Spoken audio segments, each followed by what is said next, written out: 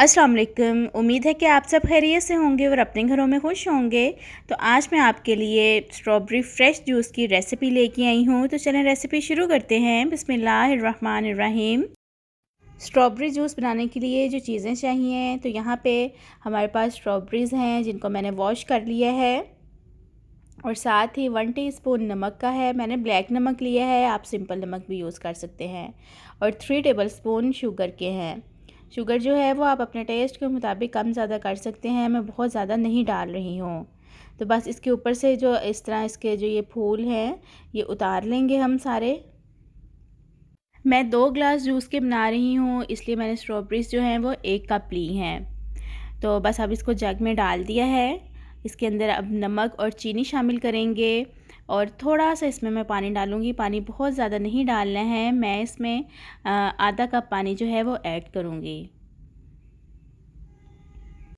और अगर आपने अभी तक मेरे चैनल को सब्सक्राइब नहीं किया है तो मेरे चैनल को सब्सक्राइब कर दें और बेल आइकन के बटन को लाजमी प्रेस कीजिएगा, ताकि आपको हर नई आने वाली वीडियो का नोटिफिकेशन मिल सके। तो जूस रेडी हो गया है, अब इसको ग्लास में डालते हैं। तो ग्लास में सबसे पहले मैंने कुछ पुदीने के पत्ते शामिल किए हैं, साथ ही इसमें थोड़े से नींबू भी डालूंगी जिनको मैंने गोल गोल कट कर लिया है। इससे एक तो टेस्ट भी बहुत अच्छा आएगा जूस का, और खुशबू जो है इनकी बहुत अच्छी होती है, ख़ास तौर पे पुदीने की। तो अब ग्लास में जूस डाल लेंगे। ग्लास जो हैं वो मैं आधे आधे भरूंगी, क्योंकि जो बाकी हैं उसमें मैं 7 अप या स्प्राइट इसमें शामिल करूंगी।